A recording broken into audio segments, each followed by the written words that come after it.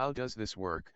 Well, Unity has a built-in system called layers, and layers can be used to define collisions, what's rendered, and a lot of other things, but for now we will be focusing on how layers are used with cameras.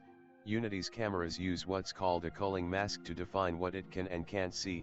If the layer is disabled in the culling mask, the camera will not see objects on that layer.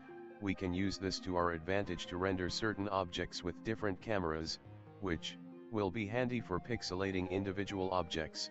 Next we can use what's called a render texture to overlay a second camera over the display using Unity's built-in graphical user interface system, also known as GUI.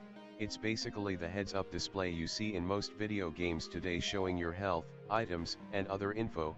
We will be using it to overlay a second camera over the main one.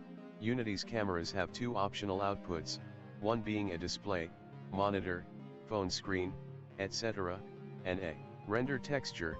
A render texture is like any other game texture functioning as an image you can use on objects and GUI elements, except it projects what the camera sees onto the image. Now let's get to the good part.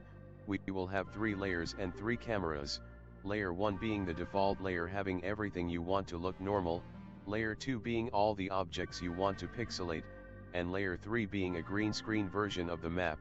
Camera 1 will only render the default layer and be used as the main display, camera 2 will only render the pixelated objects, and finally, camera 3 will render the green screen version of the map along with the pixelated objects.